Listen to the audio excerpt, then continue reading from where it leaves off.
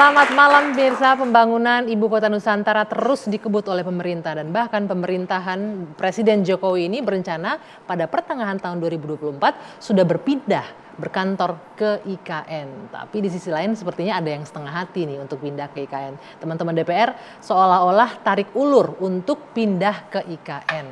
Dan belakangan ini juga muncul wacana untuk menjadikan Jakarta sebagai ibu kota legislasi dengan alasan untuk menjaga kekhususan daerah kota Jakarta. Apa alasannya? Kami akan membahasnya di dua sisi malam hari ini bersama saya, Dwi Anggia. Tadi kita sama-sama mendengarkan pernyataan perwakilan pemerintah dari Kementerian Dalam Negeri yang menyebutkan jangan biarkanlah pemerintah sendirian di IKN gitu loh, dan mengajak teman-teman di DPR untuk ikut rame-rame pindah ke IKN. Nah, belakangan mungkin Anda juga mendengarkan berseliweran nih di media. Ada wacana untuk menjadikan 3 ibu kota meniru di Afrika Selatan. Ada ibu kota legislatif, yudikatif, dan juga eksekutif. Nah, malam hari ini kita akan bahas dengan sejumlah narasumber yang sudah bergabung bersama saya. Dari ujung sebelah kanan sana, ada Bung Margarito Kamis, pakar hukum tata negara. Selamat malam. Bung Dev Laksono, politisi Partai Golkar. Selamat malam.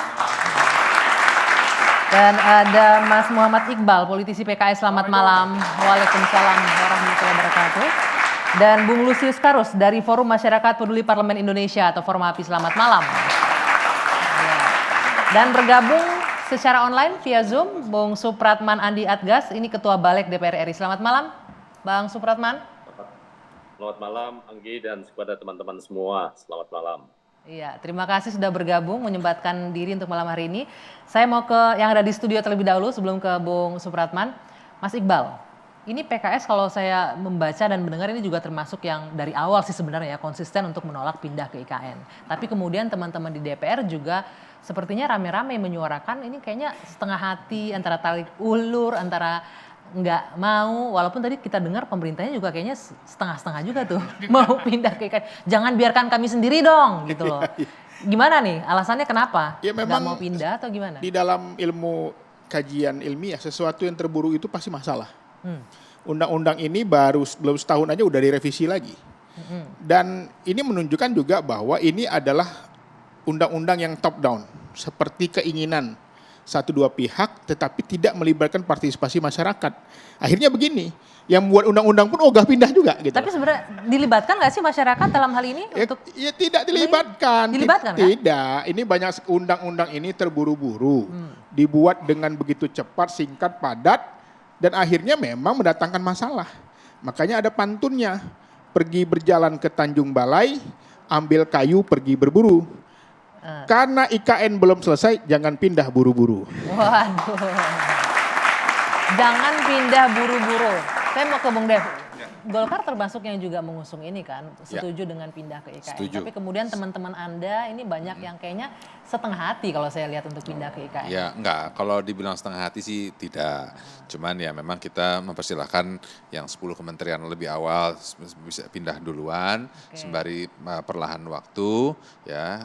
Kita akan juga perlu membangun infrastrukturnya, terus juga membangun supporting supporting staffnya, supporting sistemnya, sehingga ketika kita pindah itu semua sudah berjalan dengan lancar. Gitu. Jadi memang ada tahapan-tahapannya lah untuk sampai dengan kita bisa semuanya itu pindah ke sana. Tapi rencana Pak Jokowi kan ingin berkantor di sana nih pertengahan tahun ini, Juni dan Juli lah kurang lebih itu. Bagaimana akan membiarkan pemerintah sendirian di sana? Ya enggak, kan yang tadi saya bilang kan semuanya bertahap. Ya kalau misalnya kita DPR mau cepat-cepat pindah kan juga gedungnya juga belum ada, perumahannya belum ada. Ini kan rumah-rumah menterinya juga baru-baru mau jadi kan. Nah, terus kalau misalnya kita pindah 580 anggota, itu kan berarti kan kita juga ada satu anggota itu belum keluarganya ya. Terus belum lagi dengan supporting staffnya. Kan tiap anggota itu ada sekitar 7 orang. Terus belum lagi staf komisi, staf sekretariat jenderal. Nah ini kan kita bicara ribuan, itu hanya DPR, MPR, DPD saja, belum kementerian-kementerian yang lainnya. Nah, ya memang ini butuh waktu. Nah itu kita akan fully support untuk agar proses ini bisa berjalan dengan smooth. Tadi dikatakan oleh Mas Iqbal bahwa ini buru-buru. Kesannya buru-buru. Anda sepakat dengan itu? Nah, kalau dibilang buru-buru sih enggak. Dan ini top down katanya, nggak mendengarkan aspirasi publik.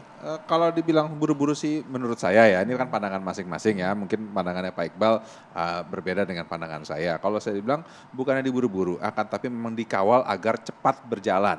Nah, kenapa? Kalau misalnya ini tidak di-push, nah, pasti akan mandek. Nanti banyak lagi, wah harus ada telaah lagi, harus ada penelitian lagi, harus ada dipelajari lagi. Nah, kalau dengan di-push sehingga ini bisa cepat berjalan. Karena ingat Undang-Undang Cipta Kerja, hanya dalam waktu yang sangat singkat kita bisa mensimplifikasi sekitar 70 undang-undang. Itu kan ada satu prestasi yang luar biasa. Itu sangat mempercepat pelayanan kepada masyarakat. Sama juga dengan IKN ini. Dengan kita bekerja secara sistematis, objektivitasnya tercapai dengan tepat Tapi waktu. katanya jangan diburu-buru tadi, nggak bagus buru-buru. Ya, segala sesuatu. Ada Iya, hal yang Mas Iqbal ya? bagus Nggak dilambatkan, bagus buru-buru kan, tapi ada hal pengen yang tikus. bagus dipercepat. Nah, IKN ini ada hal yang bagus untuk dipercepat. Ini bagus dipercepat, Iya, ini kan bukan buru-buru. Mas sebenarnya kan Iqbal. menunjukkan bahwa Pak Jokowi ingin memberikan legacy, tetapi nggak gitu juga. Karena kan gini, orang pindah itu kan yang namanya manusia perlu bukan hanya soal rumah, tapi mereka perlu anaknya sekolah gimana.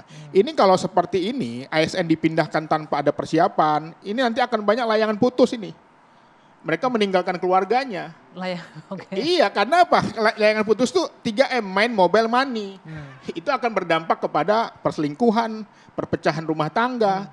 Jadi menurut saya siapkan dulu infrastrukturnya. Tunggu. Jadi alasan DPR itu nggak mau pindah gara-gara ini, takut terjadi layangan putus, atau karena memang buru-buru program pemerintah, atau emang nggak siap aja untuk Ini pindah ke ibu kota fakta, baru? beberapa teman-teman saya yang ASN yang sudah mendapat surat akan pindah, itu mereka termenung lama. Itu cekcok suami istri. Kenapa? Karena Termenung istrinya nggak mau lamanya ikut. kenapa? Suami istrinya nggak mau ikut.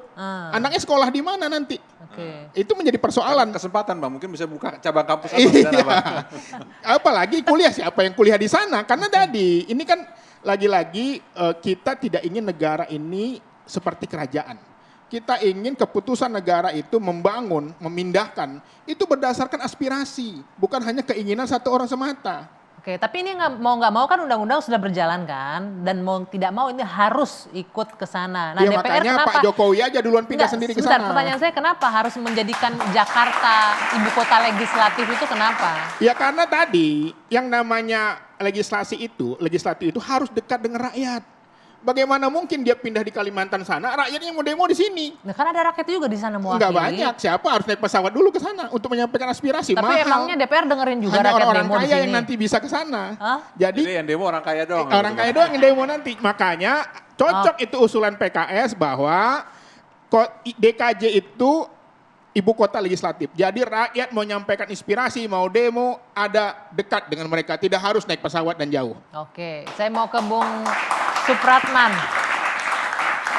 Bang Andiat Gas, ini yang ngomong merencanakan ibu kota legislatif, itu kan wakil Anda nih di balik nih, Mas Ahmad Baidowi. Gimana sebenarnya wacananya itu seperti apa Bang Supratman? Boleh dijelaskan sedikit nggak? Sampai kepada gagasan untuk menjadikan Jakarta menjaga kekhususannya dengan menjadikan ibu kota legislatif itu seperti apa? Ya, sebenarnya bukan Pak Ahmad Baidowi ya yang memulai itu.